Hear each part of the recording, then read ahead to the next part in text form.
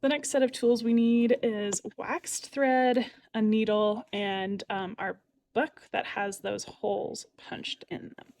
So we want to set aside our needle, we'll use it later, and we're going to start by measuring out how much waxed thread we need. So I like to do, for this pamphlet stitch, I like to do 4 times the length of my spine. So I'll take the end of my thread and I'll hold it to the end of my spine and then come back here and pinch at the top and then allow more thread to come off of this spool. Hold it here, so that's 2, 3, 4. And at this point, I'm just gonna chop off this end of my thread.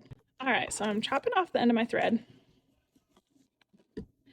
And now it is time to thread our needle. So I have this waxed thread here.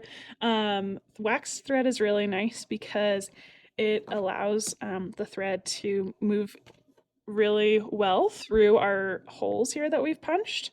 And also it doesn't fray on the end when we're trying to thread the needle. So what I'll do is I'll take my pointer finger, fatty part of my pointer finger, and then the thumb nail and kind of squeeze like this so it flattens out the edge of my thread.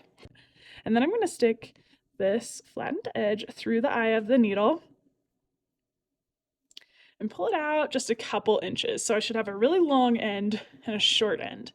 And now what I'm going to do is I'm going to take the pointy end of my needle and I'm going to hold my short end down and stab through the center of my short end of the thread. Whoop. Sometimes it's a little tough. I have to try a couple times.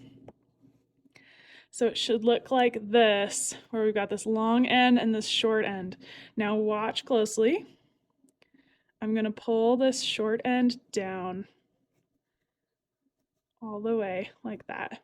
And then you can tighten this up so this little loop is shorter, but you don't have to. It's not necessary. So there we go. Now I've got the long end and the short end connected.